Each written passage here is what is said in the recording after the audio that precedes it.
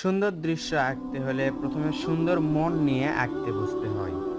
আমরা কি করলাম, স্কেল ধরলাম, স্কেল দিয়ে ধরে সাইন পেন দিয়ে সোজা একটা দাগ টানলাম। এই দৃশ্যটি আঁকতে আমরা মাত্র 3টা দাগ ব্যবহার করব। এই একটা দাগ, এরপর এখানে দেখতে পাচ্ছেন এইভাবে একটা দাগ, এরপর এখানে একটা দাগ। এই 3টা দাগ থেকেই দারুণ একটা দৃশ্য হবে। রং করার পর এই দৃশ্যটা আরও প্রাণবন্ত হয়ে উঠবে, আশা করছি এটাই। দেখুন রং কী রং করছি সেটা আমি বলে বলে করছি। এই সূর্যের মাঝে করছি হলুদ রং।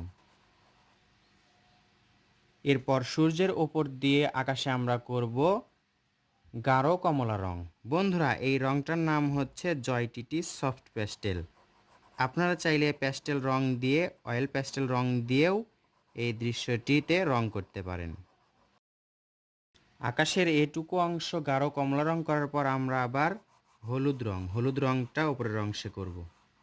দেখতে পাচ্ছেন আকাশটা কত সুন্দর লাগছে, আরও সুন্দর লাগবে নিচের অংশে রং করার পর। দেখতে পাচ্ছেন এটা আমরা করছি আকাশি রং। আকাশি রংটা পুরো নদীতে করব আমরা। নদীর এই অংশে আকাশি রং করার পর একটু উপর দিকে দেখতে পাচ্ছেন আমি গাঢ় নীলটা করব। নীল রংটা একেবারে গাঢ় না, হালকা নীল যেটা, সেই রংটা উপর দিয়ে করব। গাঢ় নীল রং বা হালকা এই নীল রংটা করার পর আমরা এভাবে হালকা নীলের সাথে মিশে দিব, আকাশি রঙের সাথে হালকা করে মিশে দিব। দেখতে পাচ্ছেন সহজেই রং করার পরেও দৃশ্যটা দেখতে কত সুন্দর লাগছে। এরপর আমরা করব পাড়ে, নদীর পাড়ে আমরা রং করব। এখানে দেখতে পাচ্ছেন হালকা বাদামি রংটা, এই হালকা বাদামি রং নিয়ে পাড়ের এই পাশে করব এবং ডান পাশের দিকে একটু ফাঁকা রাখবো। ফাঁকা রাখার পর এই পাশে আমরা আরেকটু হালকা বাদামি রংটা করব।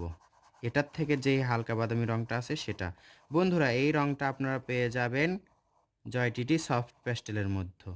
আমরা আকাশে যদি দু একটা পাখি, ওড়া পাখি দিতে পারি তাহলে আরও সুন্দর হবে। পেন্সিল দিয়ে রঙের ওপরে এভাবে সহজেই উড়ন্ত পাখি আঁকা যায়। 2টা দাগের মাধ্যমেই উড়ন্ত পাখি বোঝা যায়। এভাবে দেখুন সহজেই আমি আঁকছি, আপনারা এভাবে আঁকতে পারবেন। 2টা এভাবে ভাঁজ দিলেই সুন্দর উড়ন্ত পাখি হয়ে যায়। তো বন্ধুরা, সহজ কৌশলে এই দৃশ্যটি আঁকার কৌশল আপনার ভালো লেগে থাকে তাহলে অবশ্যই ভিডিওতে লাইক করবেন, শেয়ার করবেন অন্যান্য বন্ধুদের মাঝে। ড্রয়িং বিষয়ক ভিডিও পেতে চ্যানেলটি সাবস্ক্রাইব করে রাখবেন। ধন্যবাদ সবাইকে। আসসালামু আলাইকুম।